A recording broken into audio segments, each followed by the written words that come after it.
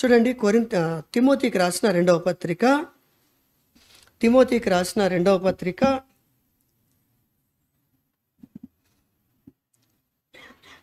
తిమోతికి రాసిన రెండవ పత్రిక 2వ అధ్యాయము 5వ వచనాన్ని మనం కలిసి చదువుకుందాం. తిమోతికి రాసిన రెండవ పత్రిక 2వ అధ్యాయము 5వ వచనం కలిసి చదువుదాం. మరియు జట్టి అయిన వాడు పోరాడినప్పుడు నియమ ప్రకారము పోరాడుకుంటే వానికి కిరీటము దొరకదు.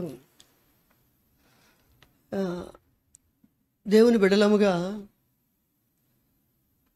ఎప్పుడైతే మనము లోకములో నుండి విమోచించబడి మరి ప్రభు అయిన యేసుక్రీస్తు వారిని మన దేవునిగా మనం అంగీకరించి ప్రభులోకి తీసుకొని రాబడినామో, అలాంటి భక్తులకు, పరిశుద్ధులకు, భక్తులతో పౌలు ఆ భక్తులకు, తిమోతికి ఒక ఉత్తరం రాస్తూ వాళ్ళకి తెలియజేసిన విషయం అండి ఇది. ఏమంటాడండి? జట్టి అయిన వాడు పోరాడినప్పుడు నియమ ప్రకారము పోరాడుకుంటే వానికి కిరీటము దొరకదు అంట. అంటే నియమ ప్రకారము పోరాడాలి అంటే మనకు ఒక విషయం తెలుస్తూ ఉంది. పోరాడాలి. క్రైస్తవులు, దేవుని బిడ్డలు ఖచ్చితంగా పోరాటాన్ని సలపాలి. పోరాటం అనేది దేవుని బిడ్డలకు భూమి మీద ఉంటుంది అనేది ఒక వాస్తవికమైన సత్యం. ఈరోజు కొన్ని ప్రాముఖ్యమైన విషయాలు నేను మీకు చెప్తానండి. చాలా ప్రాముఖ్యమైన విషయాలు, మన దైనందిన జీవితంలో మనకి చాలా అవసరమైన విషయాలు. దేవునితో కూడా మనం నడవటానికి, దేవునికి నమ్మకంగా మనం జీవించడానికి, ఒక విజయవంతమైన జీవితం మనం జీవించడానికి చాలా అవసరమైన దైవికమైన సంగతులను ఈరోజు మనం జ్ఞాపకం చేసుకుందాం. మీరు గత నెల అనుకుంటా ఒలింపిక్స్ జరిగిన సందర్భంలో ఈ వినాష్ పొగాట్ అని ఒక సహోదరిని మీరు చూస్తుంటారు. ఈ రెజ్లింగ్ కుస్తీ పోటీలు అంటారు. హర్యానాకు సంబంధించిన వ్యక్తి ఈమె. ఈ పొగాట్ అనే అమ్మాయి, వినాష్ పొగాట్ అని ఆమె ఈ కుస్తీ పోటీల్లో పాల్పంపులు పొందటానికని వెళ్ళి అనర్హురాలుగా తిరిగి వచ్చింది అనమాట అండి. అయితే పోరాడే సత్తా లేక కాదు. ఆమె మొదటిసారిగా ఈ ఒలింపిక్స్కి వెళ్ళినప్పుడు ఒకే రోజు 3 ఓడించింది. 50 అంటే ఈ రెజ్లింగ్ పోటీలు ఎట్లా ఉంటాయి అంటే, కుస్తీ పోటీలు మనిషి యొక్క బరువును బట్టి ఆ కుస్తీలు నిర్ణయిస్తారు. 50 కేజీలు, 55 కేజీలు, 60 కేజీలు, ఇటు 60 కేజీలు ఉండాలి, అటు 60 కేజీలు ఉండాలి. వాళ్ళకి ఆ పోటీ పెడతారు. కుస్తీ పోటీలు అనమాట అండి. పట్లు పడుతూ ఉంటారు. ఎవరైతే కింద పడేసేసి వాళ్ళ మీద మొత్తం బాడీ అంతా కూడా కిందకి వారు మరి ఆనిపోయేటట్లుగా వారిని నొక్కి పట్టి ఉంచుతారు. కాబట్టి ఇంకా లేపలేకపోతే వాళ్ళు ఓడిపోయినట్లుగా ఉంటుందన్నమాట అండి. అలాంటి పోటీలో వెళ్ళి ఒకే రోజు 3 దరిదాపుగా జపాన్కి సంబంధించిన వ్యక్తి అయితే మరి దరిదాపుగా 3-4 సంవత్సరాల నుంచి ఆమె గెలుస్తూ ఉంది. అలాంటి వ్యక్తిని కూడా ఓడిచ్చేసింది. మొత్తాన్ని ఓడిచ్చేసింది, 3 ఓడిచ్చేసింది. నెక్స్ట్ 50 కేజీల బరువు ఉన్న పోటీలో ఆమె పాల్పంపులు పొందితే దాంట్లో కనుక ఇక ఆ కుస్తీ పోటీలో పడితే గోల్డ్ మెడల్ వస్తుంది అనమాట అండి. తనకి గోల్డ్ మెడల్ వస్తుంది.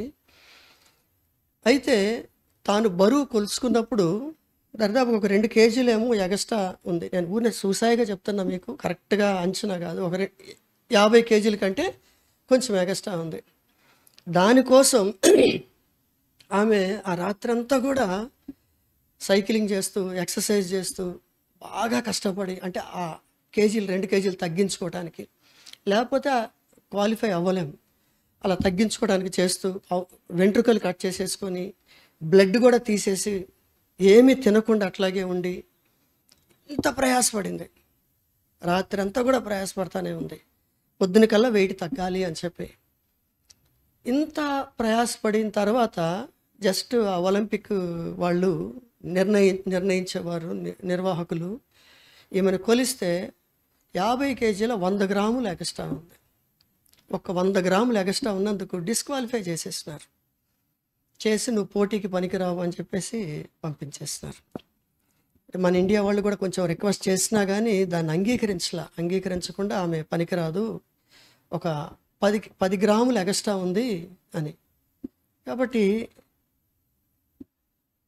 ఈమె పోటీకి వెళితే గెలవలేని స్థితి కాదండి, గెలవలేని స్థితి కాదు. ప్రత్యర్థి ఎవరైనా మట్టి కల్పించగలదు, తొక్కేయగలదు, గెలిచేయగలదు, అందులో డౌట్ లేదు, అసలు అనుమానం లేదు. అక్కడ అందరికీ అర్థమైపోయింది ఏమితో మనం పోరాడలేము అని చెప్పి, కష్టము అని చెప్పేసి వాళ్ళకి అర్థమైపోయింది. కాబట్టి అంత పవర్ ఉంది ఆ అమ్మాయి దగ్గర, చాలా మంచి పవర్ఫుల్ అనమాట. పోటీలోకి దిగితే ఇక అంతే అవతలోళ్ళు. అయితే ఎదుటి వాళ్ళని గెలవలేక, ఎదుటి వాళ్ళ మీద విజయము పొందలేక, నా వల్ల కాదు అని వెనక్కి రాలా అని పోటీలోకి వెళ్లకుండా లేదు. కానీ ఏం జరిగింది అంటే తన క్వాలిఫికేషన్స్లో అంటే అర్హతలో ఒక్క 10 గ్రాములు ఎగస్ట్రా ఉంది. అంటే శరీరములో పోరాడేది ఈ శరీరమే, ఆ కుస్తీ పోటీలో పోరాడాల్సింది ఈ శరీరమే. బాగా వినండి ఈ మాట. ఈ శరీరము ఆ పోటీలో పోరాడటానికి ముందుగా ఈ శరీరము అర్హత కలిగి ఉండాలి. అర్థమైంది కదండి? ఆ రెజ్లింగ్, ఆ కుస్తీ పోటీలో గెలవటము ఓడిపోవటము తర్వాత సంగతి, అది సెకండరీ. అయితే ఆ కుస్తీ పోటీలో పోరాడటానికి, ఆ బరిలోనికి వెళ్ళటానికి ఈ శరీరము అర్హమైందిగా ఉండాలన్నమాట అండి. అది అర్హమైందిగా లేని కారణముగా అసలు బరిలోకి అంగీకరించబడలా. ఈ బరిలోకి అంగీకరించబడకపోవటము చేత అక్కడ ఉన్న వ్యక్తికి విజయం వచ్చేసింది. అక్కడున్న వ్యక్తి విజయం ప్రకటించారు, ఆమెకు గోల్డ్ మెడల్ ఇచ్చారు, అది సెకండ్, ఎవరైతే మనకెందుకులేండి కదంతా. కానీ తాను ఓడిపోయింది. బలం లేక, శక్తి లేక, జయించే సత్తా లేక కాదు. అదే విషయాన్ని ఈరోజు మనం ధ్యానం చేద్దాం అనుకున్నామండి. మన ఆత్మీయ జీవితంలో, మనం పోరాడే జీవితంలో 2 ప్రాముఖ్యమైన విషయాలు పౌలు తిమోతికి జ్ఞాపకం చేస్తూ ఉన్నాడు. చూడండి. తిమోతికి రాసిన 2వ పత్రిక 2వ అధ్యాయము 5వ వచనంలో ఏమంటాడంటే, మరియు జట్టి అయిన వాడంటే క్వాలిఫై, ఏలా తిరగలేదు, పోరాడగలడు, దమ్ముంది, సత్తా ఉంది, బలం ఉంది. పోరాడినప్పుడు నియమ ప్రకారము పోరాడకుంటే. చూడండి, ఇక్కడ ఈ నియమ ప్రకారము పోరాడకుండే అంటే మాటలో 2 మాటలు ఉన్నాయి. ఏంటి? నియమము, పోరాటము. 2 మాటలు కలిసి ఉన్నాయండి దాంట్లో. నియమ పోరాటము, నియమము కలిగి పోరాటము. నియమము లేకుండా అసలు పోరాడలేము, పోరాడటానికి అంగీకరించబడం తర్వాత సంగతి. అసలు అంగీకరించబడం పోరాటానికి ముందు నీకు నియమం ఉండాలి, నీ శరీరంలో నియమం ఉండాలి. ఈ నియమం ఉంటేనే ఈ శరీరాన్ని ఆస్పదము చేసుకొని, ఈ శరీరాన్ని ఆధారం చేసుకొని నువ్వు ఎలాంటి పోరాటాలన్నా సలపగలవు. ఎలాంటి పోరాటాలు సలపాలన్నా, సైతాన్ని జయించాలన్నా, లోకాన్ని జయించాలన్నా, ఇంకా దేవునికి వ్యతిరేకమైనది దేన్ని జయించాలన్నా ముందు శరీరంలో నియమం ఉండాలి. శరీరంలో నియమం లేకపోతే, బాగా గుర్తుంచుకోండి, చాలామంది విశ్వాసులు అంగీకరించబడట్లేదు. పోరాటం తర్వాత సంగతి, అసలు అంగీకరించబడక ఓడిపోతున్నారండి. అంగీకరించబడకుండానే ఓడిపోతున్నారు. అక్కడ దాకా వెళ్ళటల్లా, బరిలో దాకా వెళ్ళటల్లా, అసలు ఇక్కడే ఫెయిల్ అయిపోతున్నాం. ఇంకా అక్కడ ఎవరు అంగీకరిస్తారు మనల్ని? నువ్వు సైతాన్తో పోరాడాలి, లోకంతో పోరాడాలి, ఇంకా లోక సంబంధమైన వాళ్ళతో పోరాడాలి, ఆ బరిలోకి వెళ్ళాలి. అసలు బరిలోకి నేను వెళ్ళనివ్వట్లేదే. బరిలోకి వెళ్లకుండా ఇక్కడే నిన్ను ఫెయిల్ చేసేస్తుంది. ఇక్కడే నువ్వు అవుట్ అయిపోతున్నావు, ఇక్కడే నువ్వు త్రోసివేయబడుతున్నావు, ఇక్కడే నువ్వు డిస్క్వాలిఫై అయిపోతున్నావు. ఇంకా అక్కడ దాకా ఏమి వెళ్తావు నువ్వు అసలు? ఇక్కడే లేదు అంటే శరీరంలోనే సరైన ఇది లేదు. దానివలన మనం ఓడిపోతున్నాం.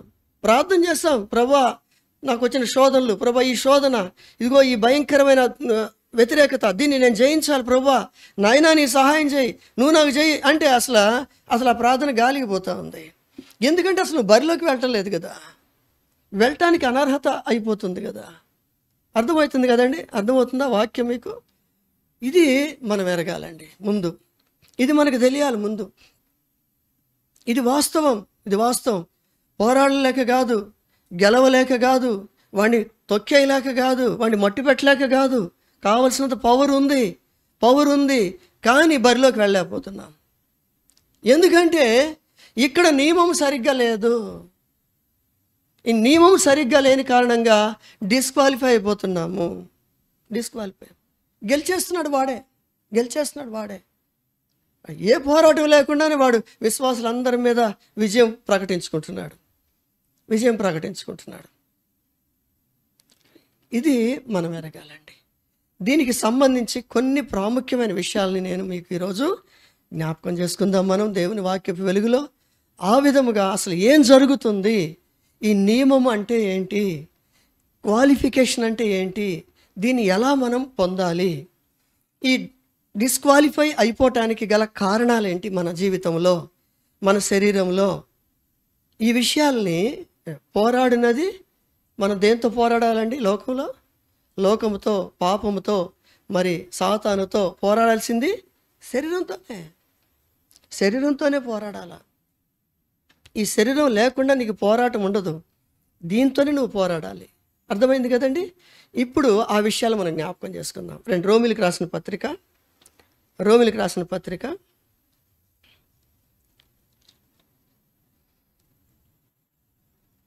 7వ అధ్యాయం.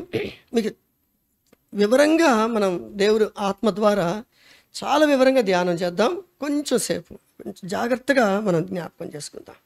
నేను మీకు అసలు ఏం జరుగుతుందో మొత్తం చెప్పుకొస్తాను దేవుని ఆత్మ ద్వారా. మీకు ప్రభు కృపను బట్టి మీకు పూర్తిగా అర్థం కావాలి. అలా మనం అంతా అర్థం చేసుకుందాం.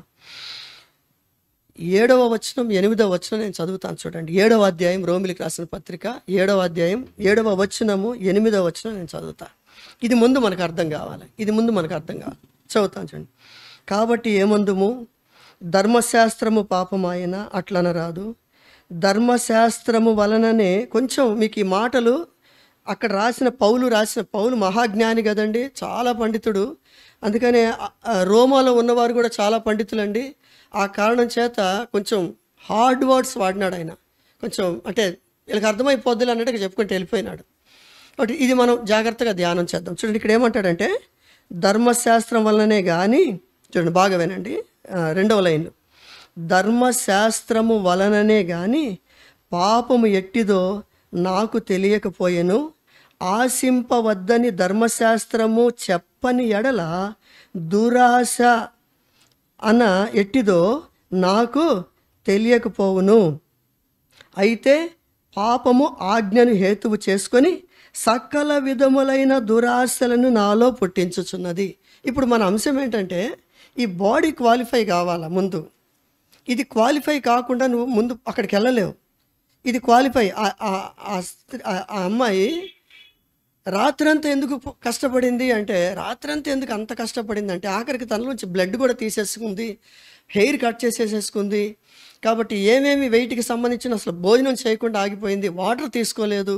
ఇవన్నీ ఎందుకు చేసిందంటే ఇది క్వాలిఫై అవ్వాలి ముందు. ఇది క్వాలిఫై లేకుండా నేను అక్కడ ఆ ప్రత్యర్థిని నేను ఎదుర్కోవడానికి నాకు అసలు అర్హత లేదు. కాబట్టి ఇది క్వాలిఫై కావాలి ముందు. ఈ శరీరంలో క్వాలిఫై నువ్వు లేకుండా నువ్వు ఏం పోరాడతావండి సైతాంతో, అసలు లోకంతో, పాపముతో. నీ శరీరంలోనే నీకు క్వాలిఫికేషన్ లేదు అసలు. ఇక్కడ నువ్వు క్వాలిఫై అవ్వట్లే అసలు. సరే, అందుకనే ఆ విషయాలు మనం చాలా జాగ్రత్తగా జ్ఞాపకం చేసుకుందాం. ఇక్కడ అంటారు చూడండి, మీకు నేను వివరంగా మామూలుగా జనరల్గా చెప్తాను, నేను మీకు అర్థం కావాలా. ధర్మశాస్త్రము లేకుండా పాపం అంటే ఏంటో నాకు తెలియదు, పాపం అంటే ఏంటో నాకు తెలియచేసిందే ధర్మశాస్త్రము అంటాడు పౌలు. ధర్మశాస్త్రము అంటే ఆజ్ఞ, ఆజ్ఞ ఉండటం వలననే పాపం అంటే ఏంటో నాకు తెలిసింది అని అంటాడు. మీకు ఇది ఫస్ట్ మనకి ఇది అర్థం కావాలండి, ఇది అర్థం కావాలి. చాలా ఈజీగా మనమేంటో మనకు అర్థమవుతుంది, ఎలా జయించాలో కూడా లోకాన్ని, పాపాన్ని, సాతాన్ని ఎలా జయించాలో మనకి ఈజీగా అర్థమైపోతుంది. నీకు తిరుగుండదు ఇక ఈ భూమి మీద. ఆ విషయాలు మనం జ్ఞాపకం చేసుకుందాం. ఇప్పుడు చూడండి, నేను సింపుల్గా చెప్తాను. రోడ్డు మీద మనం వెళుతున్నప్పుడు ఒక చోటికి వెళ్ళిన తర్వాత మామూలుగా ఇటు బండ్లు వెళ్ళిపోతుంటాయి, కొంచెంసేపు ఆలోచన చేయండి, ఇటు వెళ్ళిపోతుంటే అటు వచ్చేస్తూ ఉంటాయి. నో అబ్జెక్షన్, ఎవడు అబ్జెక్షన్ చేయడం. ఇటు బండ్లు వెళ్ళిపోతుంటే అటు బండ్లు వెళ్ళిపోతూ ఉంటాయి, ఏం అబ్జెక్షన్ ఉండదు, చక్కగా వెళ్ళిపోతుంటారు. నడిచే వాళ్ళు కూడా నడుస్తుంటారు. అయితే కాసేపటికి ఒక కానిస్టేబుల్ వచ్చి, బాగా వినండి, అక్కడ 1 వే అని ఒక బోర్డు పెట్టినాడు అనుకోండి, 1 వే అని ఒక బోర్డు పెట్టినాడు అనుకోండి, ఏమండి, ఒకవైపు మాత్రమే దారి అని చెప్పేసి ఇట్లా అడ్డంగా గీత పెట్టి ఒక బోర్డు పెట్టినాడు అనుకోండి. అప్పుడు ఆ దారి ఏమైపోతుందండి, ఇటు వెళ్ళకూడదు, అటు మాత్రమే రావాలి, ఇటు వెళ్ళేవాళ్ళు వెళ్ళకూడదు అని వచ్చేసింది. ఈ బోర్డు పెట్టనంత వరకు ఇటు వెళ్ళటంలో తప్పు లేదండి. అది తప్పే కాదు, అది పొరపాటే కాదు, అది తప్పే కాదు, అసలు తప్పే కాదు అది. ఈ బోర్డు ఎప్పుడైతే పెట్టినారో అప్పుడు తప్పు అవుతుంది. ఇంకా అప్పుడు నువ్వు బండి వేసుకెళ్ళినా, సైకిల్ వేసుకెళ్ళినా నిన్ను పట్టుకుని నీ మీద కేసు రాసేస్తున్నారు, నీ మీద కేసు రాస్తూ ఉన్నారు. అర్థమైందండి? బోర్డు కనుక లేకపోతే నేను పట్టుకునేవాడు ఉండడు, నీ మీద కేసే ఉండదు. ఎప్పుడైతే బోర్డు వచ్చిందో, ఒక కమాండ్ అక్కడ చెప్పబడతా ఉందో, ఒక ఆజ్ఞ అక్కడ చెప్పబడతా ఉందో, కాబట్టి ఒక కండిషన్, ఒక రూల్ అనేది అక్కడ చెప్పబడతా ఉందో, అప్పుడు ఇటు వెళ్ళకూడదు అనేదానికి బలం వచ్చిందండి. మీకు అర్థమవుతుందండి? ఇటు వెళ్ళకూడదు అనేదానికి బలం వచ్చింది. ఈ బోర్డే కనుక లేకపోతే దానికి బలం లేదు. అస్సలు లెక్క చేయకుండా వెళ్ళిపోతాం సైకిల్ వేసుకొని, బండి వేసుకొని.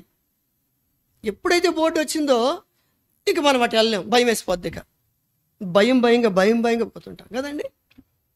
అదే పౌలు చెప్తాడు, ధర్మశాస్త్రము లేనప్పుడు, ఆజ్ఞ అనేది లేనప్పుడు పాపమే లేదు అసలు అంటాడు అని అక్కడ ఒక మాట ఉపయోగించినాడు. ఏమని ఉపయోగించినాడండి? చూడండి,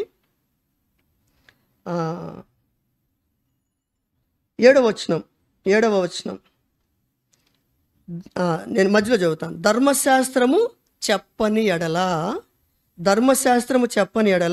దురాశ ఎట్టుదో నాకు తెలియదు అంటాడు.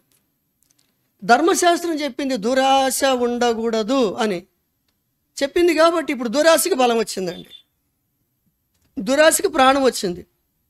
అదే మాట ధర్మశాస్త్రంలో రాయబడలేకపోతే మొత్తం తినేయటమే, అది దాన్ని దోచేసుకోవటమే, మొత్తం వేసుకోవటమే, దానికి ఏమి అసలు శిక్ష ఉండదు, ఏముండదు. ఇక ఈ ధర్మశాస్త్రం చెప్పింది కాబట్టి, దురాశ ఉండకూడదని చెప్పింది కాబట్టి ఇప్పుడు అది తప్పైపోయింది.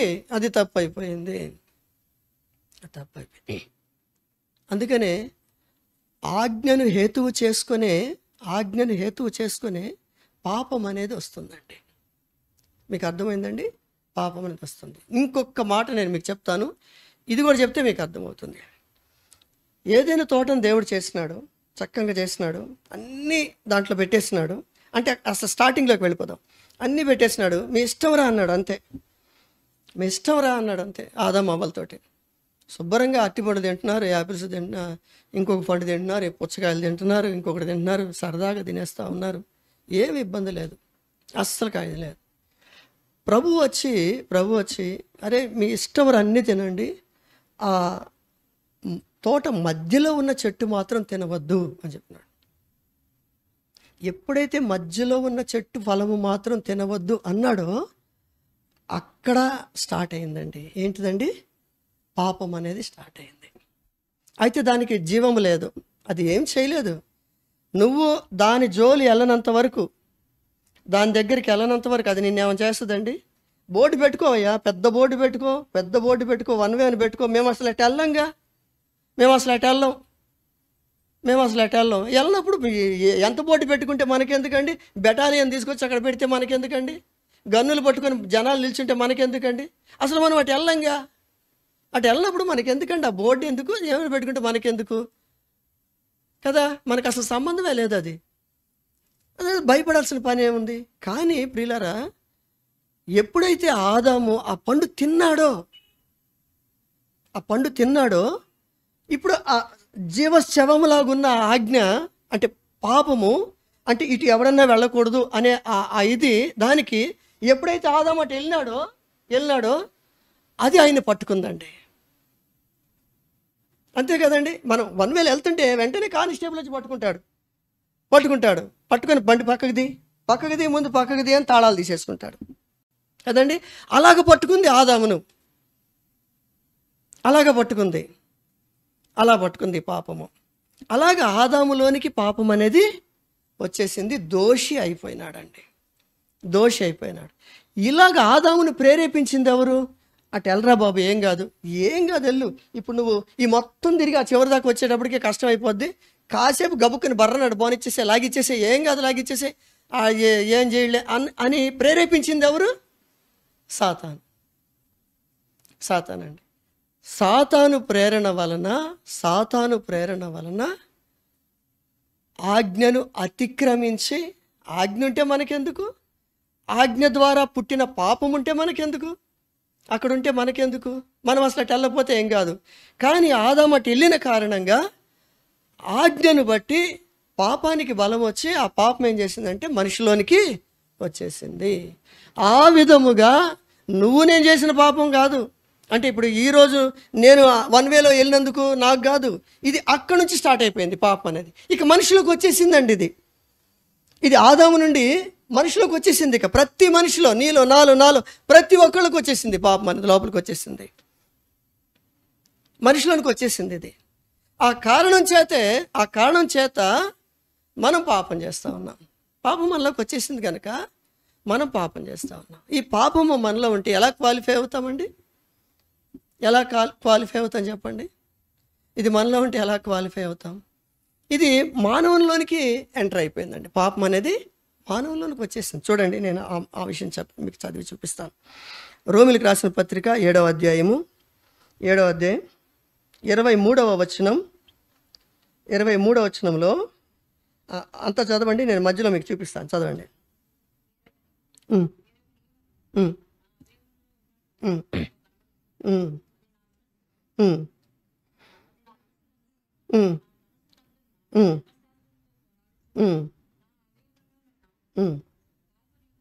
చూడండి ఏమన్నాడండి? నా అవయవములలో ఉన్న పాపము. ఈ పాపం ఎక్కడ చేరిపోయింది? లోపల అవయవాలలో చేరిపోయింది. 3 నియమాలు మనలో ఉన్నాయండి. 3 నియమాలు ఉన్నాయి, నేను మీకు అవి చూపిస్తాను. మొదటి నియమం 14వ వచనం చూడండి. 7వ అధ్యాయం 14వ వచనం. ధర్మశాస్త్రము ఆత్మ సంబంధమైనది అంటాడు. ధర్మశాస్త్రము ఆత్మ సంబంధమైనది అంటాడు. ఈ ఆత్మ సంబంధమైన ఆత్మనే 8వ అధ్యాయము 2వ వచనంలో ఏం రాస్తుందండి? జీవమిచ్చు ఆత్మ నియమము. అంటే ధర్మశాస్త్ర నియమము ఆత్మ నియమం అండి. ఇది మొదటిది ఆత్మ నియమము, ధర్మశాస్త్ర నియమము అంటే అర్హత. నియమం అండి. ఈ నియమము మనలో ఏర్పడిపోయింది. ఈ నియమాలు ఏం చేస్తున్నాయి అంటే క్వాలిఫికేషన్ని దెబ్బ కొడుతున్నాయి, మన క్వాలిఫికేషన్ని. చూడండి, ఒకటి ఏముందంటే ఆత్మ నియమం మనలో ఉంది. ఇది ఉంటే మనం క్వాలిఫై అయిపోతాం. ఈ ఆత్మ నియమం ఉంటే మనం క్వాలిఫై అయిపోతాం. కానీ చూడండి, ఇంకా ఏమేమి ఉన్నాయి మనలో? 3 నియమాలని చెప్పాను కదండి. 23వ వచనం మీకు అర్థం అవ్వాలి, కొంచెం ఆలోచన చేద్దాం, మనసు ఇక్కడ ఉంచండి. 2వది వేరొక నియమము అంటాడు. 7వ అధ్యాయం 23వ వచనం. వేరొక ఆత్మ నియమము, వేరొక నియమము. అదే వచనంలో ఇందాక చదివినాం ఏమిటండి? పాప నియమం. అంటే పాపం మనలోకి వచ్చేసి మన అవయవాల్లో ఉండిపోయిందండి. ప్రతి మనిషి అవయవములో పాపం అనేది తల మొదలుకొని అరికాల వరకు పాపం అనేది లోపల ఉంది. అంతే, ఇక అందులో డౌట్ లేదు, వచ్చేసింది. అయితే ఇవి ఎక్కడెక్కడ ఉంటాయి? పౌలు చాలా బాగా చెప్పినాడు చూడండి. ధర్మశాస్త్ర నియమము లేదా ఆత్మ నియమం ఇది ఎక్కడుంటుంది? మన బాడీలో, మన శరీరంలో, మానవుని శరీరంలో ఎక్కడుంటుంది? 23వ వచనం చదవండి గబగబా. వేరొక నియమము నా అవయవములలో ఉన్నట్టు నాకు కనబడుచున్నది. ఇప్పుడు చూడండి, బాగా వినండి. అది నా మనస్సునందున్న ధర్మశాస్త్రము. అంటే ఎక్కడుందండి? ఆత్మ నియమము, ధర్మశాస్త్ర నియమం ఎక్కడుంది చెప్పండి? మనసులో ఉంటుంది. మనసులో ఉండేదే ఆత్మ నియమము, ధర్మశాస్త్రము. మన మనసులో మాత్రమే ఉంటుంది, బాడీ అంత ఉండదు. బాగా గమనించండి, మనసులో మాత్రం ఉంటుంది. ధర్మశాస్త్రం అనేది, ఆజ్ఞ అనేది, ఆత్మ నియమం అనేది మనసులో ఉంటుంది. తర్వాత వేరొక నియమము అన్నాడు కదండి, వేరొక నియమము అది ఎక్కడుంది? 23వ వచనం. వేరొక నియమము నా అవయవములలో ఉన్నట్టు నాకు కనబడుచున్నది. ఈ వేరొక నియమము అనేది కూడా మన అవయవాల్లో ఉంటుంది. తర్వాత పాప నియమం అది ఎక్కడుంటుంది? నా అవయవములలోనున్న పాప నియమము అని చెప్పేసి అంటాడు. అంటే మన శరీరంలో పాప నియమం ఉంది, వేరొక నియమం ఉంది. మన మనసులోనేమో ధర్మశాస్త్ర నియమం ఉంది, ఆత్మ నియమమేమో ధర్మశాస్త్రము మనసులో ఉంటుంది. ఈ మూడు మనలో ఉన్నాయండి, ఈ మూడు మనలో ఉన్నాయి. ఆదాము నుండి సంక్రమించినవి ఇవి మనకి, ప్రతి మానవునికి. ఆ సింహాసనం మీద కూర్చున్న వాడి కాడ నుంచి గేటు దగ్గర బంటుడుగా ఉన్న వాడి దగ్గర వరకు, అంట్లు దోమే వాడి దగ్గర వరకు, బట్టలు ఉతికే వాళ్ళ దగ్గర వరకు, కూలి పని చేసుకునే వాళ్ళ దగ్గరికి, మట్టి పని చేసుకునే వాళ్ళ దగ్గరికి, కలెక్టరు, రాజ్యాన్ని పరిపాలన చేసేవాడైనా సరే, ఎట్లాంటి వాడైనా సరే, ప్రతి మనిషిలో ఈ మూడు ఉంటాయి. ఈ మూడు ఉంటాయండి. ఈ ధర్మశాస్త్ర నియమం మనసులో ఉంటుంది. ధర్మశాస్త్రం అరే అరే పాప నలుగురు కలిసి కొట్టేస్తున్నారా పాపరా, ఎక్కడి నుంచి వచ్చింది అది ఆ మాట? నలుగురు కలిసి ఒకరిని పట్టుకొని బాధేసేస్తున్నారే అంటారే, అది ఆత్మ నియమం అండి. ధర్మశాస్త్ర నియమం అది నీ మనసులో ఉంటుంది. అది ఆ మనసు నీకు చెప్తా ఉంటుంది అనమాట, ధర్మశాస్త్ర నియమం. అయితే బాగా వినండి, నేను తొందరగానే ముగించేస్తాను. ఈ మూడు నియమాలు మనలో ఎలా పనిచేస్తాయి, ఎలా ఉంటున్నాయి, మనల్ని ఎలా డిస్క్వాలిఫై చేసేస్తున్నాయి, ఏమైపోతున్నాం మనం అంటే, ఒక సిచ్యువేషన్ వచ్చిందండి, ఒక పరిస్థితి వచ్చింది. ఉదాహరణకి ఆశించవద్దన్నాడు కదా పౌలు, ఫస్టే చెప్పినాడు కదా, ఈ గ్లాస్ ఉంది, దీన్ని ఆశించకూడదు. గ్లాస్ నాకు బాగా నచ్చింది, నేను తీసుకుందాం అనుకుంటే నా ధర్మశాస్త్ర నియమం ఏమంటుందండి? అరే అది నీది కాదురా, వద్దు అని అంటుంది. అది నీది కాదు, వద్దు అని అంటుంది. వద్దు అసలు అది వద్దు, అది కరెక్ట్ కాదు, అసలు పద్ధతి కాదు, అది నీది కాదు అని అంటుంది. ఏది? ధర్మశాస్త్ర నియమం మనసులో ఉన్నది. అప్పుడు వేరొక నియమం ఉంది కదండి, ఇదేం చేస్తుందో చూద్దాం, చదివితే మీకు అర్థమవుతుంది. ఈ వేరొక నియమం పాప నియమం కాదు, వేరొక నియమం. ఇదేం చేస్తుంది? 23 వచ్చిన నేను చదువుతాను, మీకు అర్థమైపోతుంది. చూడండి, ఒక్కసారికి అర్థమైపోతుంది.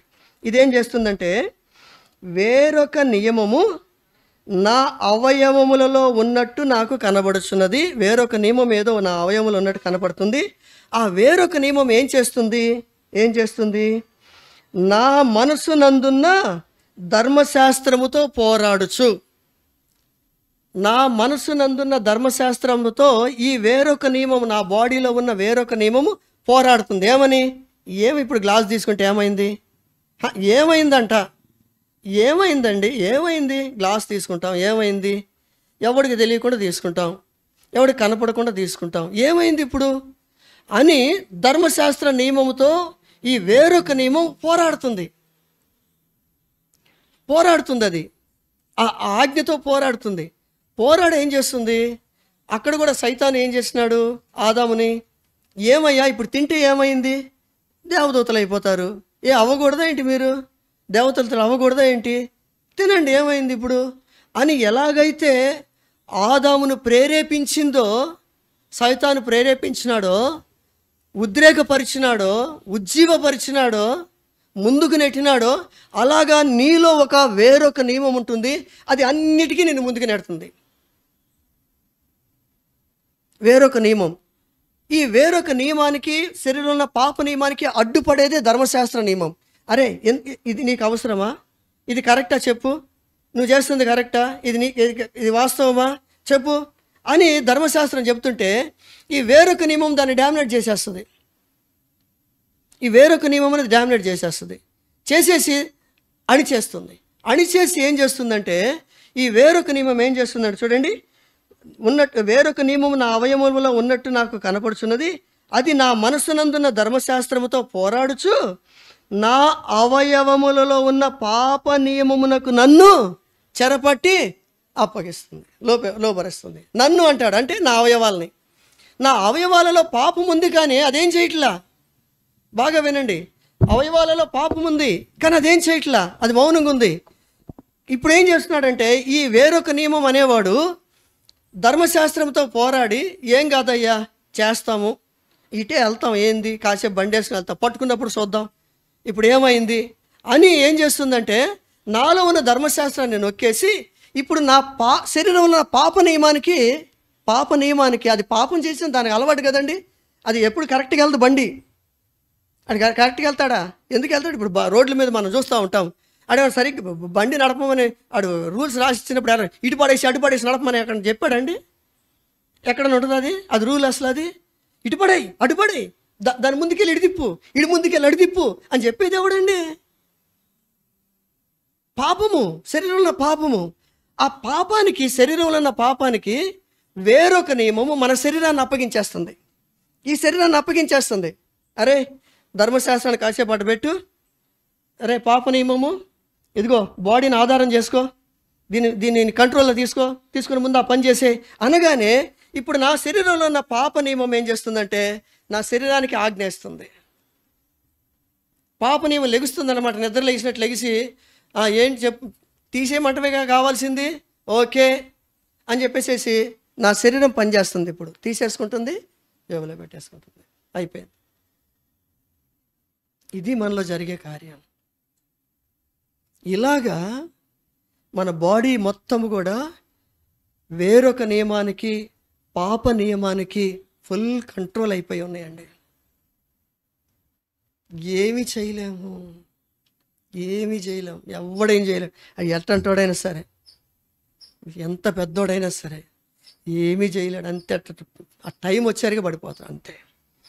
అది ధర్మశాస్త్రంతో ధర్మశాస్త్రం యొక్క పద్ధతి ఏంటంటే అంటే ఇక్కడ ధర్మశాస్త్రం ఎందుకు వీక్ అయిపోయింది, లేకపోతే ఎందుకని వేరొక నియమాన్ని అధిగమించి బాడీని ఎందుకు కంట్రోల్ చేసుకోలేకపోతుంది అని అంటే ధర్మశాస్త్రానికి ఉన్న ఒక రూల్ ఏంటంటేనండి, అది మామూలుగా ఇక్కడ ఉంటుంది, చేతులు కట్టుకొని ఉంటుంది అంతే. ధర్మశాస్త్రం అనేది ఉండి ఆ మూత తీసి ఎత్తుకెళ్ళావా చంపేసేస్తా నిన్ను, నీకు శిక్ష, తీయకుండా ఉంటే నువ్వు బాగుంటావు, అంతవరకే చెప్పగలదు. అది అంతవరకే చెప్పగలదు. చెయ్యగానే ఉండు పట్టుకోవద్దు, నువ్వు చేయి ముందు వెళ్ళిపో, వెనక్కి వెళ్ళిపో అందు ధర్మశాస్త్రం అందం.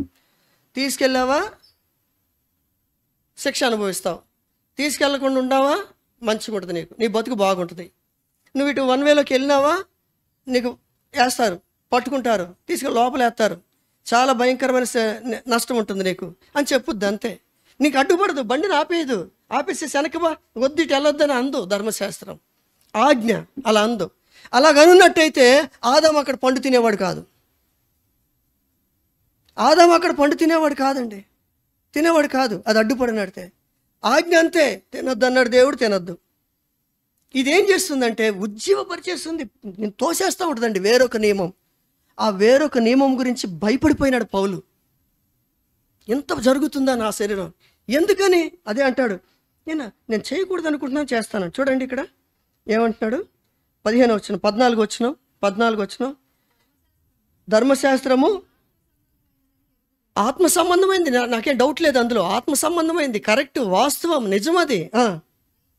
అయితే నేను పాపమునకు అమ్మబడిపోయినాను. నేను ఎక్కడ జరిగింది పాపమునకు అమ్మబట్టం అంటే? ఎక్కడ జరిగింది? ఏదేం తోటలో జరిగింది. పాపమునకు అమ్మబడటం ఏంటండి? ఒక్క మాట చెప్తాను ఇక్కడ, మీరు బాగా వినండి. వాక్యం బాగా అర్థం కావాలి, వాస్తవాలు మనకు తెలియాలి. కాబట్టి వాక్యం అంటే నిజమేంటో మనకు అర్థం కావాలి. ఎట్టబడితే అట్లా మనం ఆలోచన చేయకూడదు. ఇక్కడ ఏమంటాడంటే చూడండి, ఆ, అయితే నేను పాపమునకు అమ్మబడినాను అంటున్నాడు. ఇప్పుడు ఎవరిని వచ్చారనుకోండి, వాచ్ ఇది ఆల్రెడీ అమ్మబడిపోయింది, అది అమ్మేసామండి, అమ్మబడిపోయిందండి అని అన్నారనుకోండి, సరే దాని జోలి వెళ్ళాం. కానీ వాస్తవం ఆలోచించదు. ఒక్క నిమిషం, ఏమండి ఇది అమ్మబడిపోయిందా? అమ్మబడిపోయింది. ఎవరు అమ్మారు దీన్ని? ఎవరు అమ్మారు? అదిగోండి ఆ సేల్స్ మ్యాన్ అమ్మాడు. ఎవరికి అమ్మాడండి? ఇదిగో పలానా అక్కడ కస్టమర్ రెడ్ షర్ట్ వేసుకుని ఆ కస్టమర్కి అమ్మాడండి. అది వివరణ కదండి. ఇక్కడ ఏమంటాడు పౌలు? నేను పాపమునకు, చెప్పండి గట్టిగా, అమ్మబడి తిని అన్నాడు. ఎవరు అమ్మారు పౌల్ని? ఎవరు అమ్మారు పాపమునకు? పాపానికి ఎవరు అమ్మారు?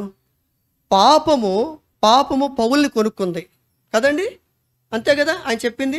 ఇదంతా ఆయన పూర్వపు జీవితం గురించి చెప్తున్నాడండి. పూర్వపు జీవితం నేను ఇలా ఉండేవాడును అని చెప్తూ వివరిస్తున్నాడు మనకి. ఇప్పుడు లేడు పౌలు, నిజంగా చెప్పేటప్పుడు ఆయన ఈ స్థితిలో లేడు. మంచి విజయశాలిగా ఉన్నాడు, దేవునికి నమ్మకస్తుడుగా ఉన్నాడు, మంచి పోరాటం అన్నిట్లో గెలుచుకుంటూ వెళ్ళే వ్యక్తి విషయాలు చెప్తున్నాడు, మనకి అర్థం కావటానికి విషయాలు చెప్తున్నాడు. నేను పాపమునకు అమ్మబడి తిని అని అంటున్నాడు. అసలు పాపమునకు అమ్మబడి తిని అంటే పాపం అనే వ్యక్తి నన్ను కొనుక్కున్నాడు. పాపం అంటే ఏంటి? పాపం అంటే ఏంటండి? ఆజ్ఞ అతిక్రమమే. అంటే వాడికి పాపం అనే పేరు నిక్నేమ్ అనుకుందాము, అసలు వాడి పేరేంటి? ఆజ్ఞ అతిక్రమము. వాడి పేరు అది. పాపం యొక్క పేరేంటంటే ఆజ్ఞ అతిక్రమము. బాగా వినండి, ఆజ్ఞ అతిక్రమము. ఈ ఆజ్ఞ అతిక్రమము అనేవాడికి నేను ఎలా అమ్మబడ్డాను? వేరొక నియమం, అదే సైతానుగాడు. వాడేం చేసినాడంటే ఆజ్ఞ అతిక్రమించిన వాళ్ళందరినీ నా స్వాధీనం చేసేసుకుంటాను అని కూర్చున్నాడు వీడు. ఆజ్ఞను అతిక్రమించిన వాళ్ళందరూ నా వాళ్ళు అని కూర్చున్నాడు ఈ పాపం అనేవాడు, ఆజ్ఞ అతిక్రమించిన వాడు. ఈ సైతాన్ ఏం చేసినాడంటే ఆదామును ఆజ్ఞ అతిక్రమించేటట్లుగా చేసినాడు. చెయ్యగానే సాతానుడు ఆదామును ఆజ్ఞ అతిక్రమానికి అమ్మేసినాడు. దాని కారణముగా ఆజ్ఞ అతిక్రమం అనబడిన పాపము ఆదాములోకి వచ్చేసి పూర్తి స్వాధీనం చేసేసుకుంది. అర్థమైంది కదండి మీకు? అర్థం కావాలి. ఇప్పుడు మానవునిలో పాపం అనేది తల మొదలుకొని నరకాల వరకు అవయవాలన్నింటిలో వ్యాపించిపోయింది. ప్రతి అవయవములో వ్యాపించిపోయింది. ప్రతి అవయవములో వ్యాపించిపోయింది. పిల్లోడిని ఎత్తుకుంటాం, చిన్న చిన్న విషయాలు చెప్తానండి. పిల్లోడిని ఎత్తుకుంటాం, పిల్లని ఎత్తుకొని మళ్ళీ చేస్తూ ఉంటాం. పక్కనోడు ఏం చేస్తాడంటే ఇటు గిలుతాడు, గిల్లి కాముకుంటాడు, ఆడి ఏడుస్తూ ఉంటాడు. ఇట్లా అంటాడు, ఏమైందన్నా ఏమైందన్నాడు ఆ పక్కనోడు. అంటే ఈ ఏళ్ళల్లో ఏముందనమాట అండి? ఏముంది? పాప నియమం, పాపం ఉంది. ఈ వేరొక నియమం అది. ఇదంతా కూడా కంప్యూటర్ కూడా చేయలేదండి అంత స్పీడ్గా జరిగిపోతా ఉంటాయి మనలో. వెంటనే ఆ పిల్లోడిని ఎత్తుకోగానే గిల్లు గిల్లు గిల్లు అని చెప్పేసి వేరొక నియమం చెప్పటం, తప్పురా పిల్లోడు వాడు పాపం అని చెప్పేసి ధర్మశాస్త్రం చెప్పటం, ఏం కాదులే కానీ అని చెప్పేసి పాపానికి చెప్పటం, పాపం వెంటనే శరీరాన్ని ఆస్పదం చేసుకొని గట్టిగా గిల్లేసేయటం, ఏం తెలియనట్టు ఉంటాం. ఇవన్నీ క్షణాల్లో జరిగిపోతాయి. కంప్యూటర్ కూడా చేయలేదు ఇంత స్పీడ్గా. అంత అయిపోతాయి. అంత స్పీడ్గా నీ శరీరాన్ని నడిపిస్తుంది. ఇది నీ అవయవాల్లో ఉంది పాపము. వేరొక నియమం అనేది ఉందే, అది నీ అవయవాలలో నుండి అదేం చేస్తుందంటే మీడియేటర్గా ధర్మశాస్త్రముతో పోరాడుతూ ఏం కాదు, ఏం అవ్వదు, ఏం జరగదు అని చెప్పేసి దాన్ని నోరు మూయించేసేస్తూ ఇటొచ్చి పాపాన్ని ప్రేరేపించి బాడీని స్వాధీనం చేసుకో అని ఉంటుంది. వెంటనే ఈ పాపం ఏం చేస్తుందంటే అంటే నేను ఆపుతానండి, ధర్మశాస్త్రాన్ని నేను ఆపుతా, అదేం చేయలేదు నీకెందుకు, నువ్వు కానీ నీ పని కానీ అనగానే పాపం ఏం చేస్తుందంటే వెంటనే మన బాడీని స్వాధీనం చేసేసుకొని చెయ్యకూడని పనులన్నీ చేయించేస్తుంది. నీ చేత చెయ్యకూడని పనులన్నీ చేయించేస్తుంది. అందుకని పౌలు ఏమంటాడు చూడండి, ఒక మాట చెప్పి నేను ఇంకా ఫైనల్కి వెళ్ళిపోదాం, చివరికి వెళ్ళిపోదాం, మీకు అర్థమైపోతుంది. 15వ వచనం ఏలయనగా నేను చేయనది నేను ఎరగనంటాడు ఏంటండి? అంటే అంత స్పీడ్గా జరిగిపోతుంది. నేను చేయనది, తప్పు చేసినాడు వెళ్ళి అడగండి, ఎందుకు చేసి నా కర్మ, నా కర్మ అండి, నా కర్మ. నెత్తిన శని నా నెత్తిన కూర్చోవటం వల్ల ఆ వాచ్ దొంగిలించేసేసి దొబ్బుకొచ్చేసేసి ఇదిగో ఇప్పుడు ఈ నలుగురిలో ఇట్ట అయిపోయినా. నా కర్మ అది, నా కర్మ. నెత్తి మీద కూర్చొని శని నా నెత్తి మీద కూర్చొని నన్ను ఇదిగో ఇట్లా చేసింది అంటాం. చూసారా? అంటలేదండి. ఎందుకు చేసావురా బాబు? అసలు ఎందుకు చేసావు అంటే నా కర్మ అండి, నా కర్మ. ఏం చేయను, కర్మ అది. ఇట్లా జరిగిపోతా ఉంది బాడీలో. ఏం పోరాడతావు నువ్వు సైతాన్ దగ్గరికి పోయా? శరీరంలో నీకు క్వాలిఫికేషన్ లేదు, శరీరం నిండా పాపమే, వేరొక నియమము ధర్మశాస్త్రం ఏమో పనిచేయదు నీ బాడీలో, దాన్నే మూసేస్తూ ఉంది ఈ వేరొక నియమము. పాప నియమాన్ని విపరీతంగా రెచ్చగొడతా ఉంది, శరీరాన్ని దానికి అప్పగించేసింది. అందుకని ఇష్టం వచ్చినట్టుగా జీవించేస్తున్నావు లోకంలో నువ్వు. అరే ఇది ఎందుకు ఇట్లా చేసినావంటే ఏం మాట్లాడు, ఏమో జరిగిపోయింది వదిలే, ఇక దాన్ని వదిలే అయిపోయింది వదిలే. ఇది మనం చెప్పేది. బాబు నీకు ఒక దండం, నన్ను వదిలే బాబు, అయిపోయింది వదిలే. ఎందుకు ఇట్లా చేస్తున్నావు, ఎందుకు ఇట్లా ప్రవర్తిస్తున్నావు, ఎందుకు ఇట్లా చేస్తున్నావు? ఏదో అయిపోయింది ఎందుకంటే వాడికి పోరాటం అయిపోతుంది లోపల. ఏంటని ఏంట్రా, ఎందుకురా ఇట్లా చేసినావు? రూమ్లో పోయి కూర్చుంటాడు, ఇక తలుపులు వేసుకుంటాడు, కొడతాం తలుపులు. ఏంట్రా అంటే ఏమలే బాబాయ్ పోనే, ఏమలే మా పోనే. ఎందుకురా ఇట్లా చేసినావు అంటే అదంతా ఫోర్స్ చేసి నీ నువ్వు సైతాంతో పోరాడతావా? నువ్వు మోకరెత్తే ప్రార్థన వింటాడు దేవుడు.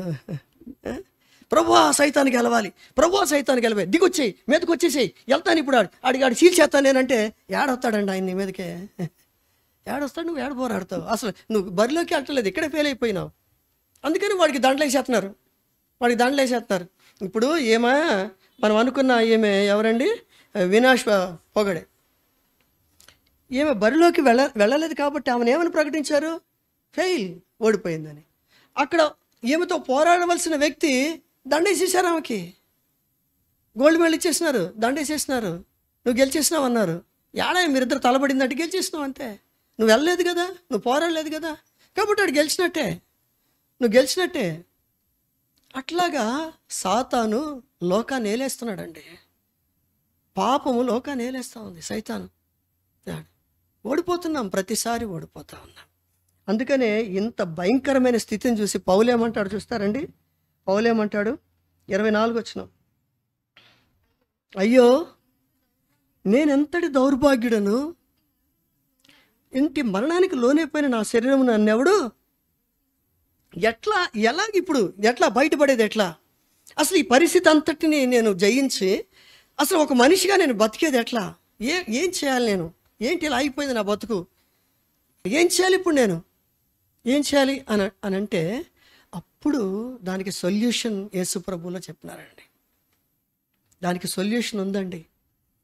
ఇది నేను చెప్తాను, ఇదే మనం పరీక్షించుకోవాలి ప్రభు బలలోకి వెళ్ళేటప్పుడు. ఇది నీలో లేకపోతే నువ్వు ఇంకా ఈ పాప నియమంలో ఉన్నట్లే. నేను చెప్తాను ఇప్పుడు. 8వ వచనం, 8వ అధ్యాయం 1వ వచనం. కాబట్టి ఇప్పుడు క్రీస్తు యేసునందున్న వానికి ఏ శిక్షా విధియు లేదు, ఏ శిక్షా విధియు లేదు. ఇప్పుడు క్రీస్తు యేసునందున్న వానికి ఏ శిక్షా విధియు లేదు. ఏ శిక్ష రాదికి అంతే. ఏ డిస్క్వాలిఫికేషన్ అనేది ఉండదు. క్రీస్తు యేసునందున్న డిస్క్వాలిఫికేషన్ అనేది ఉండదు. క్వాలిఫై కాలేదని చెప్పడానికి ఎవడూ సరిపోడు. ఖచ్చితంగా నువ్వు క్వాలిఫై అయ్యే క్రీస్తు యేసునందుంటే. ఈ క్రీస్తు యేసునందు ఉండటం ఏంటో ఒక చిన్న మాటలో నేను మీకు చెప్తాను. అక్కడ ఏం జరిగిందో చెప్తాను మీకు. అసలు ఏం జరిగిందో, ఈ క్వాలిఫికేషన్ మనకు రావడానికి ఏం జరిగిందో నేను చెప్తాను మీకు. చూడండి, చదువుకుందాం 3-4 వచనాలు. చూడండి, ఇక్కడ నేను ఒక మాట, దానికి ముందు నేను చదువుతాను, మీకు అర్థమవుతుంది.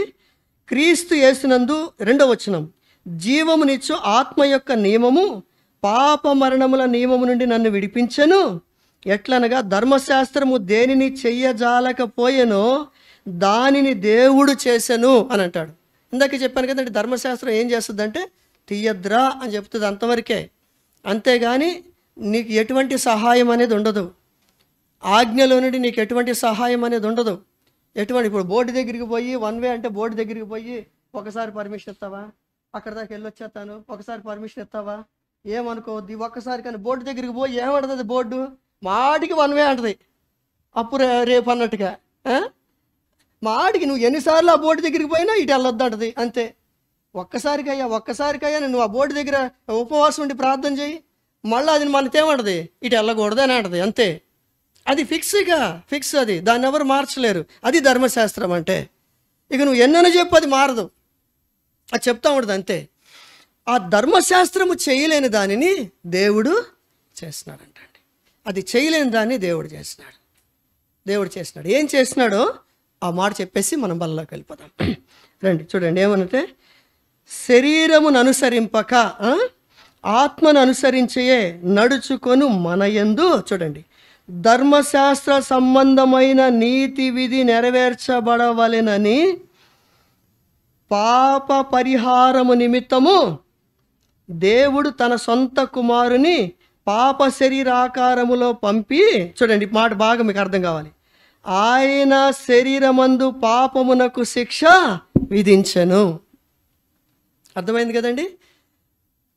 అక్కడేమో ఆదాము ఆజ్ఞను అతిక్రమించి పాపం ఆయన శరీరంలోకి వచ్చేస్తే, ఇప్పుడు యేసు ప్రభువారు దేవుని కుమారుడు అయ్యుండి ఆయన మానవ రూపముగా ఈ లోకానికి వచ్చి ఆయన శరీరంలో కూడా పాపము, చూడండి ఏమంటున్నాడండి ఇక్కడ, ఆయన శరీరమందు పాపమునకు. ఇది ఎవరి వల్ల కాదు. ఇప్పుడు నువ్వు ఉన్నావండి, నీలో ఈ పాప నియమం ఉంది, దీనికి శిక్ష వేయి చూద్దాం. నీ వల్ల కాదు. దాన్ని తీసేయి చూద్దాం, దాన్ని చంపేయి చూద్దాం. నీ వల్ల కాదు. ఒక కిడ్నీ తీసేయచ్చు నీ బాడీలో నుండి, ఒక కన్ను తీసేయచ్చు, ఒక అవయవం తీసేయచ్చు, పాపం తీసేయలేవు నువ్వు. నీ వల్ల కాదు అది, ఎవరి వల్ల కాదు అది. కొంతమంది అంటారు మేము పూర్తిగా మారి నాకు వస్తామండి మందిరానికి. ఏంటి నువ్వు మారేది? నీకు వచ్చి నీ వల్ల అవుతుందా పాపం తీసేసుకోవటం? నీలో నుండి తీసేసుకోవటం నీ వల్ల అవుతుందా అని? అసలు అది నీ వల్ల కాదు అది. లేకపోతే దేవుని కుమారుడు ఎందుకు వస్తాడండి? రోగాలు బాగు చేయడానికా? దేవుణ్ణి అమ్ముకో, పెళ్ళి అయిపోద్ది. నీకు పెళ్లి కావట్లేదా? దేవుణ్ణి అమ్ముకో. అప్పుల్లో ఉన్నావా? దేవుణ్ణి అమ్ముకో. బాధల్లో ఉన్నావు. ఎందుకు ఆయన వచ్చింది? యేసుప్రభువు వచ్చింది ఎందుకండి? ఎవడి వల్ల గాంధీ చేయటానికి వచ్చాడు? ప్రతి మానవునిలో ఎవడి వల్ల గాంధీ చేయటానికి వచ్చినాడు ఆయన. అది ఆయన చేయడానికి వచ్చింది. ఇవన్నీ ఇవ్వటానికి కాదు. ప్రభుని నమ్ముకోండి, మీకు అన్నిగా మేలు జరుగుతాయి. అరే టీవీలో ఎక్కడ చూసినా ఇదే గోల, డబ్బు సంపాదించుకోవడానికి. వాళ్ళు పాప నియమములు ఉన్నవాళ్లే. ఈ మొత్తం బ్యాచ్ అంతా పాప నియమములు ఉన్న బ్యాచ్. ఇదంతా మోసం చేసి, ప్రజలను మోసం చేసేసి, మనుషులని సరి అయిన మార్గంలోనికి వెళ్ళనివ్వకుండా, నిజ రక్షకుడి దగ్గరికి వెళ్ళనివ్వకుండా భ్రమలు పరిచేసేసి మీకు అది జరుగుద్ది ఇది అసలు రక్షణ గురించి ఆలోచన చెయ్యనివ్వరు వీళ్ళు. వాళ్ళలో ఉన్న పాపము గురించి ఆలోచన చేయనివ్వరు. తమలో ఉన్న దోషము గురించి అస్సలు ఆలోచన చేయనివ్వరు.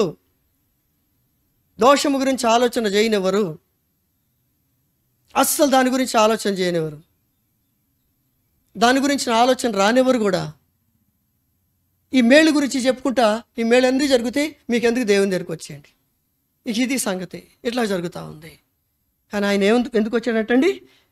ఆయన పాప శరీరాకారంలో వచ్చి, ఆయన దేవుని కుమారుడు కదండి. అంటే దేవుని కుమారుడు అంటే నేను మీకు ఇదివరకే చెప్పాను, ఆయన దైవశక్తి ఉంది కాబట్టి దీన్ని జయించాడు కాదండి. మామూలు మనిషి ఆయన. మామూలు మనిషిగా ఆయన ఏం చేస్తున్నాడంటే, ఈ పాపమునకు, లోపల ఉన్న పాపమునకు శిక్ష వేసినాడు. ఎలాగా? తన శరీరాన్నే మరణానికి అప్పగించినాడు. సిలువలో తన ప్రాణాన్ని అర్పించినాడు. ఆ సిలువలో జరిగిన కార్యం ఏంటంటే, పాపమునకు శిక్ష విధించబడి ఏం జరిగిందంటే చూడండి, అక్కడ అద్భుతమైన మాట ఉంటుంది. పాపమునకు దేవుడు తన సొంత కుమారుని పాప శరీరాకారములో పంపి ఆయన శరీరమందు పాపమునకు శిక్ష విధించినాడు. శిక్ష వేసేసినాడు. దానికి శిక్ష వేసి పాపమును యేసు క్రీస్తు శరీరములో నుండి తీసేసినాడండి. ఆదాము శరీరములోనికి సైతాను పాపం ఎక్కిస్తే యేసు ప్రభువారు తన శరీరములో నుండి పాపాన్ని తీసివేసినాడు. ఆయన పాపము లేనివాడుగా ఉన్నాడు. ఈ పాపం ఎక్కడుంటుందో వేరొక నియమము కూడా అక్కడే ఉంటుందండి. ఈ పాపముతో పాటుగా వేరొక నియమం, రెండింటినీ ప్రభువు సిలువ వేసేసినాడు, తీసేసినాడు. బాడీలో నుంచే తీసేసినాడు. వాటిని బాడీలో నుండే తీసేసినాడు. ఇప్పుడు దేనికి ఆజ్ఞ ఇస్తారండి? ఇప్పుడు ఏమంటే అందుకనే క్రీస్తు యేసునందున్న వానికి ఏ శిక్షా విధియో లేదు. ఎవరైతే చెప్తున్నాను ముగిచేస్తాను, ఎవరైతే ప్రభుని యేసుక్రీస్తు వారిని రక్షకునిగా నిజంగా అంగీకరించినారో, లోపల తమ పాపములను యేసు ప్రభు దగ్గర ఒప్పుకున్నారో, అవును ప్రభా నేను కూడా ఈ నియమంలో ఉన్నవాడినే, ఈ వేరొక నియమము శరీరంలో ఉన్న పాప నియమము నాలో ఉన్నాయి ప్రభువా, వీటితో నేను అల్లాడిపోతున్నాను, చచ్చిపోతున్నాను, ఏది చేయకూడదు అనుకుంటున్నాను అది చేసేస్తున్నాను, ఇది వద్దనుకుంటున్నాను దాన్నే చేస్తున్నాను, ఇలా ఉండకూడదు అనుకుంటున్నాను అలాగే ఉంటున్నాను, ఇలా ప్రవర్తించకూడదు అనుకుంటున్నాను అలాగే ప్రవర్తిస్తూ ఉన్నాను, ఇలా మాట్లాడకూడదు అనుకుంటున్నాను అలాగే మాట్లాడేస్తూ ఉన్నాను, ఏంటి నా బతికి ఇట్లా అయిపోయింది ప్రభు అంటే, యేసు ప్రభు దగ్గరికి వస్తే యేసు ప్రభు వారు ఆత్మ నియమం అని పైన ఉంది కదండి, చూడండి 2వ వచనం, క్రీస్తు యేసునందున్న జీవమిచ్చు ఆత్మ నియమము. ఈ ఆత్మ నియమము ద్వారా ధర్మశాస్త్ర నియమమునకు బలాన్ని చేకూర్చి ఆత్మ నియమము ద్వారా లోపల ఉన్న పాపాన్ని తీసివేసినాడు ప్రభు, చంపి తీసివేసినాడు దాన్ని. ఇక యేసు ప్రభుని అంగీకరించిన వారిలో ఈ పాప నియమం అనేది ఉండదు, లోపల పాప నియమం అనేది ఉండదు, ఇక అవయవాలలో పాప నియమం అనేది ఉండదు. ఇక పాప నియమం లేనప్పుడు ఇక ఉన్నది ఏంటండి? ధర్మశాస్త్ర నియమము, ఆత్మ నియమం. ఈ రెండే కదా ఉన్నాయండి. ఈ రెండు బాడీని నడిపిస్తాయి, ఈ బాడీని నడిపిస్తాయి. అందుకనే చెయ్యాలన్నా కానీ చేయలేరు వాళ్ళు. దేవుని బిడ్డలు చెయ్యమన్నా చేయరు. నువ్వు 100 కోట్లు ఇవ్వయా, నేను మట్టుకు దాన్ని చూడలేను అంటారంతే. ఎందుకంటే ప్రేరేపించేది లేదు, ఇక మనల్ని ప్రేరేపించేది తీసేస్తున్నాడు లోపల నుంచి, దేవుడు చంపేస్తున్నాడు దాన్ని, పాపమునకు శిక్ష వేస్తున్నాడు. యేసు ప్రభుని అంగీకరించిన వారిలో జరిగే ఒక అద్భుతమైన కార్యం అదే. ఎట్లా తాగుడు మానేవరా అంటారు, ఎట్లా మానేస్తున్నావు? ఏమో ఆశ్చర్యం, ప్రభుని నమ్ముకున్నాను అంతే, ఇక దాని మీద నాకు మనసు లేదు. ఎందుకని లేదు? అవయవాల్లో పాపం లేదు కదా, నిన్ను ప్రేరేపించేది లేదు కదా, నీ అవయవాలను ప్రేరేపించేది లేదు కదా, అది పోయింది లోపల నుంచి, తీసేసినాడు ప్రభు. తీసేసిన కారణంగా నువ్వు చేయమన్నా చేయలేవు, ఇక ఇప్పుడు సైతాన్ ఏం చేస్తూ ఉంటాడంటే ఇలాగ రక్షింపబడిన వారిని, ఇలాగ పాప నియమం నుంచి విడుదల పొందిన వారిని, పాపం నియమము చంపబడి తీసివేయబడిన వారిని బయట నుండి ప్రేరేపిస్తూ ఉంటాడండి. బాగా గుర్తుపెట్టుకోండి, బయట నుండి ప్రేరేపిస్తూ ఉంటాడు, బయట నుండి. లోపలికి రాలేడు వాడిక, లోపలికి రావడానికి లేదు, అనుమతి లేదు. ఎందుకంటే యేసుప్రభు రక్తం ద్వారా కడగబడినాము, ఆత్మ చేత నింపబడినాము, ఆత్మ నియమము చేత నింపబడినాము. ఆత్మ నియమములో మనం ఉన్నాం కనుక ఆ పాపము వల్ల లోపలికి ఆదాము నుంచి వచ్చింది కాబట్టి ప్రతి మానవుల్లోకి వచ్చేసింది. ఇప్పుడు క్రీస్తు యేసును అంగీకరించిన వారి ద్వారా పాప నియమం తీసివేయబడుతుంది కనుక అది మళ్ళీ లోపలికి రాలేదు.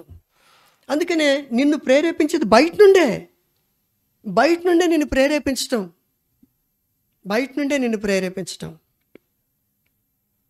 బయట నుండి నీ శరీరాన్ని ప్రేరేపిస్తూ ఉంటుంది. అది ఎలా జరుగుతుంది అంటే ఒక మాట చెప్పి నేను ముగించేస్తాను. ఆదాములో సైతాన్ లేడండి, అవ్వలో సైతాన్ లేదు. ఆదాములో సైతాన్ లేదు, అవ్వలో సైతాన్ లేరు. వాళ్ళు పరిశుద్ధాత్మతో నింపబడిన వారు, పరిశుద్ధ జీవితం కలిగిన వారు. అయితే ఎలా ఆజ్ఞ అతిక్రమించారు వాళ్ళు అంటే బయట నుండి చెప్తుంది. అది బయట నుండి ఇది నిజమా, ఈ పండు తినకూడదని దేవుడు చెప్పాడా అని చెప్తుంటే వీళ్ళు వాస్తవం చెప్పేస్తూ ఉన్నారు. అవును నిజమే, తినద్దన్నాడు దేవుడు, మేము తినకూడదు అని వాస్తవం చెప్తా ఉన్నారు వాళ్ళు. బయట నుండి ప్రేరేపించటమే తప్ప లోపల నుండి నీ అవయవాలకు ఆజ్ఞ ఇచ్చే స్థితి ఇంక లేదు. అర్థమైంది కదండి? పాప నియమం తీసివేయబడింది నీలో నుండి. కనుక నీలో నివసించేది పరిశుద్ధాత్ముడు. కనుక ఇక ఏ నియమము నేను ప్రేరేపించలేదు. లోపల నుండి పని జరగదు. ఇక లోపల నుండి పని జరగదు, బయట నుండి వాడు ప్రయత్నాలు చేస్తుంటాడు. ఎవరో ఒకరి ద్వారా ఫ్రెండ్ ద్వారానో, లేకపోతే పక్కింటి వాళ్ళ ద్వారానో, ఎదుటింటో వెనకోళ్ళ ద్వారానో, లేకపోతే ఇంకొకళ్ళ వేషం వేసుకోవచ్చు, నీ దగ్గరికి వచ్చి ఇలా చేస్తే బాగుంటుందేమో కదా, ఆలోచన చేయి, ఇలా ఎందుకు చేయకూడదు, నువ్వు చేస్తే బాగుంటుంది కదా అని బయట నుండి. ఇదివరకు లోపలే జరిగేది ఈ క్రియ. ఎవడు మనకు చెప్పనక్కర్లా. ఏమండి వాడు లోపలికి వచ్చాడు, బయటికి వెళ్ళాడు, గ్లాస్ కనపట్లేదండి అంటారు. వాడికి ఎవడు చెప్పలా. వాడు లోపల ఉన్న పాప నియమమే వాడు ఏం చేయాలో వాడి చేత చేయించేసేస్తుంది. కానీ ఇప్పుడు అలాగుండదు. ఇప్పుడు అసలు అలాగ ఉండదు అనమాట. ఈ ఈ పాప నియమం ఏం చేస్తుందంటే, ఇప్పుడు ఈ పాపం ఏం చేస్తుందంటే, ఈ సైతాన్ ఏం చేస్తుంటాడంటే బయట నుండి మళ్ళీ ఏదో ఒక విధంగా పాపాన్ని లోనికి ఎక్కించడానికి ట్రై చేస్తూ ఉంటాడు. బయట నుండి పోరాడుతూ ఉంటాడండి. ఇప్పుడు నువ్వేం చేయాలంటే, క్వాలిఫై అయిపోయినావు కదండి శరీరంలో యేసు ప్రభుని అంగీకరించి, ఇప్పుడు ఈ బయట ఉన్న నియమంతో నువ్వు పోరాడాలి. అది పోరాటం. నియమ ప్రకారము పోరాడకుంటే అంటే ముందు నియమం సరిగ్గా ఉండాలి, శరీరంలో మనం క్వాలిఫై అయి ఉండాలి. ఇప్పుడు నువ్వేం చేస్తావంటే, ఇలా క్వాలిఫై అయిన నీకు పరిశుద్ధాత్ముడు తోడుగుంటాడు, దేవుడు నీకు తోడుగా ఉంటాడు, దేవుని వాక్యము నీకు తోడుగా ఉంటుంది, సంఘము నీకు తోడుగా ఉంటుంది, అనేకుల ప్రార్థనలు నీకు తోడుగా ఉంటాయి. ఇవన్నీ నిన్ను బలపరుస్తూ ఎక్కడ లోబడకుండా నీ జీవితాన్ని నడిపిస్తాయి. విజయపంత్ నువ్వు బరిలోకి వెళ్ళావంటే గెలిచి రావటమే, తిరగలేదు. నిన్ను ఎవ్వరూ ఆపలేరు. క్వాలిఫై చేసిందే యేసుప్రభు, నిన్ను క్వాలిఫికేషన్ ఇచ్చిందే యేసుప్రభు తన శిలువ కార్యం ద్వారా నీలో పాపం తీసివేసి నిన్ను ఒక క్వాలిఫైడ్ వ్యక్తిగా తీర్చిదిద్దినాడు. దిగు బరిలోకి నేనున్నాను, ఎవ్వరు నీకు ఎదురుండరు, నేను నీకు సహాయం చేస్తాను అని దేవుడు మనకి సహాయం. అందుకని ఈ సంఘము, ఈ బోధ, ఈ ప్రార్థనలు, ఈ దేవుని ఆత్మ నడిపింపు, దైవ చిత్తము, ఇవన్నీ నీ చుట్టూ ఉన్నాయి. ఇవన్నీ కలిసి నిన్ను నడిపిస్తూ ఉంటాయి. అందుకని బయట నుండి వాడు నీకేమైనా ప్రేరణ తీసుకొస్తూ ఉంటాడే, అప్పుడు నువ్వేం చేయాలా? అరా బాబు పక్కకు పో అని, అంతే. పక్కకు పో, ఈ సలహాలు ఇవన్నీ నాకు వద్దు, పో. మా వాడు అట్టాగి చేసి ఏదైనా తోటలు అట్టాగి చేసి మాకు తెప్పలు తెచ్చిపెట్టాడు. ఇప్పుడు మళ్ళీ నేను తెచ్చిపెట్టుకున్న తెప్పలు మళ్ళీ తెచ్చిపెట్టుకున్నా. మొన్నటిదాకా సత్యాన్ని నా పాపంతో లోపలుండి ఎంత ఇబ్బంది పడ్డానో, ఎన్ని అవమానాలు, ఎన్ని నిందలో, ఎంత దౌర్భాగ్యపు బతుకుతూ వచ్చాను, పనికిమాలిన బ్రతుకుతూ వచ్చాను, నిందలతో బతుకుతూ వచ్చాను, అవమానాలతో బతుకుతూ వచ్చాను. ఇప్పుడు మళ్ళీ ఎందుకు ఆ పని? యేసు ప్రభు తన కృపను బట్టి, అందుకని ఏమంటాడండి, కాగా క్రీస్తు యేసునందున్న వానికి ఏ శిక్షా విధియో లేదంటాడు. ఏమంటాడు చూడండి, 26వ వచనం, 25వ వచనం, 7వ అధ్యాయం 25వ వచనం. మన ప్రభు అయిన యేసు క్రీస్తు ద్వారా దేవునికి కృతజ్ఞతాస్తుతులు చెల్లించుచున్నానంటాడు.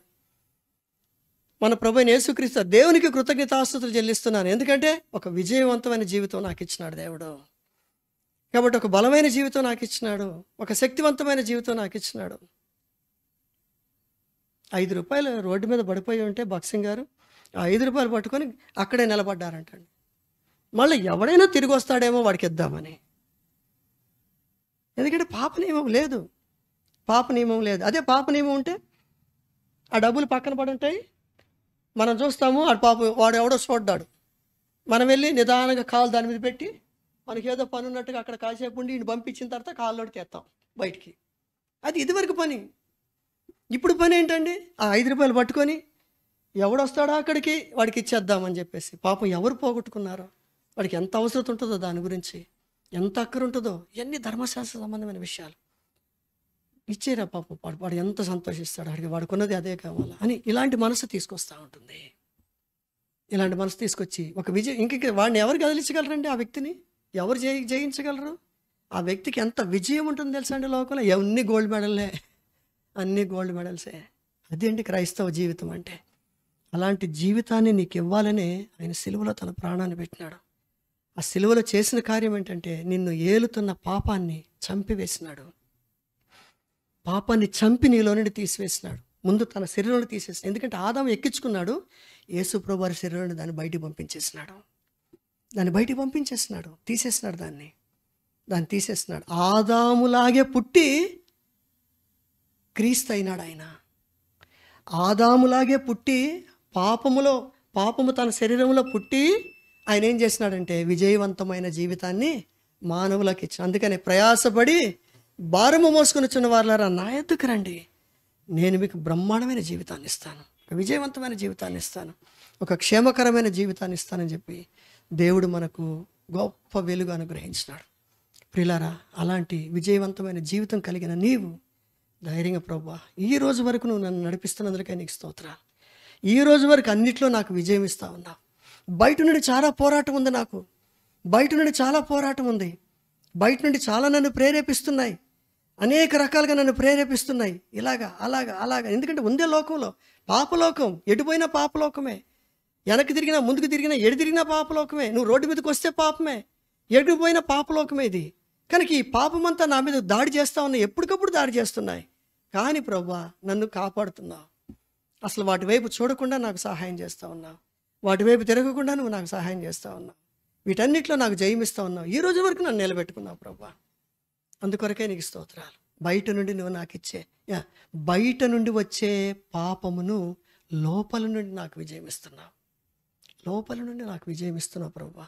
దాన్ని బట్టి నీకు కృతజ్ఞతలు నాయనని దేవుడు నీకు ఇచ్చిన ఈ చక్కని బ్రతుకును బట్టి ప్రభుని స్తుతిస్తూ ప్రభు యొక్క బలలో మనం పాలు పంపులు పొందుదాం. రండి మోకాళ్ళ మీదకి వద్దాం, మనల్ని మనం పరీక్ష చేసుకొని మరొకసారి ప్రభు శరీరక్తాల్లో పాలు పంపులు పొందుదాం. ఇట్టి పాపము నుండి ఇంకా నువ్వు విడుదల పొందలేదా? ఇంకా పాప నియమం నీ శరీరంలోనే ఉందా? నీ మనసుతో పోరాడుతున్నాయా?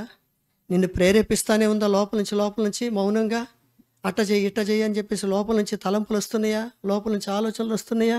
అది చెయ్యి ఇది చెయ్యి అని నిన్ను ప్రేరేపిస్తున్నాయా? నీ బ్రతుకుని చీకటి చేస్తూ ఉన్నాయా? ఇంకా నీలో పాపం ఉందన్నమాట అండి. కనుక ఇప్పుడే యేసు ప్రభు దగ్గర నీ పాపాలు ఒప్పుకో. ప్రభువా ఈ పాపం నుండి నాకు విడుదల కలిగజేయి అని చెప్పి ప్రభు సన్నిధిలో వేడుకో. ప్రభు నిన్ను క్షమిస్తాడు, ప్రభు నిన్ను కడిగితాడు, నీలో ఉన్న ఆ నియమాన్ని తీసేస్తాడు, నీకు చక్కని జీవితాన్ని ప్రభు ఇస్తాడు, విజయవంతమైన జీవితానికి ఇస్తాడు. ఆయన లోపల నుండి నడిపిస్తాడు నిన్ను. దేవుని ఆత్మ నీలో ఉండి, దేవుని ఆత్మ చేత, ఆ తర్వాత మాటలో నేను నాకు టైం లేదు చెప్పలా, దేవుని ఆత్మ చేత ఎందరూ నడిపింపబడుదురో అనే మాట చూస్తాం. ఆ దేవుని ఆత్మ లోపల నుండి నడిపిస్తూ ఉంటాడు. కనుక వాళ్ళు చేయదు. అందుకనే దేవుని మూలముగా పుట్టినవాడు పాపము చేయడు, పాపము చేయజాలడు, చేయజాలడు అంతే. ఎందుకంటే లోపల దేవుడు ఉన్నాడు కనుక మంచిగా నడిపిస్తూ ఉంటాడు. ఆయన్ని చక్కని జీవితం ఇస్తాడు దేవుడు. కనుక వాళ్ళని టచ్ చేయలేము, అసలు వాళ్ళని టచ్ చేయలేం, వాళ్ళని మనం కదిలించలేం. అంత పర్ఫెక్ట్గా ఉంటారు వాళ్ళు, అంత ఖచ్చితంగా ఉంటారు, అంత నమ్మకం ఉంటారు. అది రక్షణ పొందటం అంటే, పాప క్షమాపణ పొందటం అంటే అది నిజమైన రక్షణ అంటే. అలాగ రక్షింపబడిన నీవు ప్రభు శరీరంలో పాలి భాగస్తురాలివి కా.